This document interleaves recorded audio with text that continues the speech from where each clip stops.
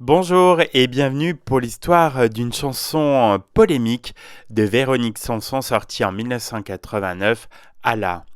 Cela faisait 4 ans que Véronique Sanson avait quitté son piano de concert et son public. Fragilisée par son divorce avec Stephen Stills, l'éloignement de son fils et son manque d'inspiration, la chanteuse a profité d'une longue pause salutaire pour faire le point et se reconstruire. En 1989, elle fait un retour explosif et inattendu avec un nouvel album, Moi, Le Venin, et la chanson Allah, composée pour elle par Michel Berger.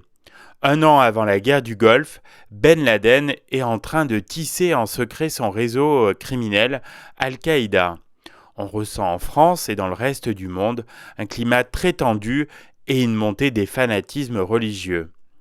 Le 14 février 89, l'ayatollah Khomeini lance une fatwa de mort contre Salman Rushdie.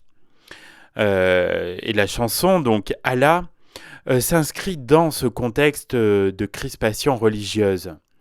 Elle raconte l'histoire d'une femme terroriste qui commet un attentat suicide au nom d'Allah.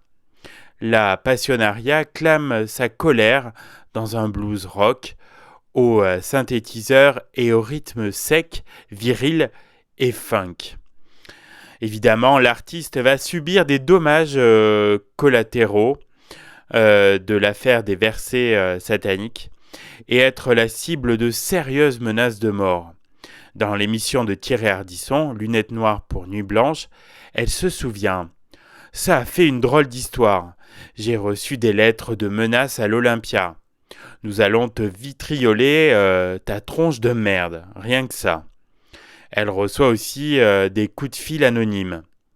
Le ministre de l'Intérieur, Pierre Joxe, dénonce le terrorisme qui tue et le terrorisme qui veut terroriser la pensée.